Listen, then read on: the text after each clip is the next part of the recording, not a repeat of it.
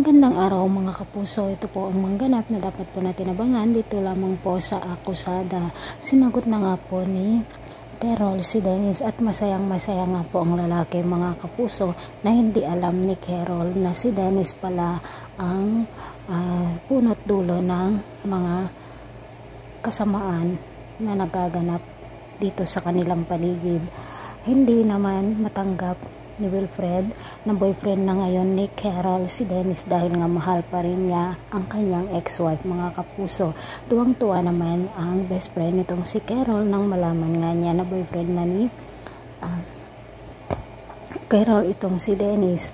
Ngunit sa pagdi-date nga nina Dennis at Carol, si Wilfred pa rin ang nasa isip nitong si Carol mga kapuso, at si Wilfred nga ang nai-imagine niya bagamat si Dennis nga ang kanyang nasa harapan. Hindi naman matanggap ito ni Dennis mga kapuso at galit na sinira nga niya ang picture nitong si Carol na nakasabit dito sa wall na kung saan ay ang mga babaeng bibiktimahin nitong napakasamang si Dennis.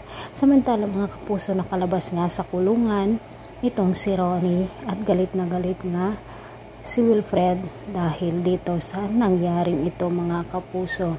Hanggang kailan kaya may tatago ni na Allison at Dennis ang kanilang pagkakasabuhat na magpinsan pala sila?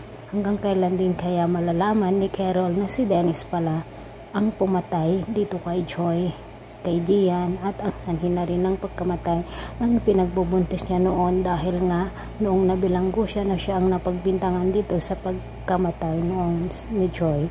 Abangan po natin mga kapuso ang mga masalimuot na ganap dito lamang po sa akusada. Maraming salamat. Bye bye.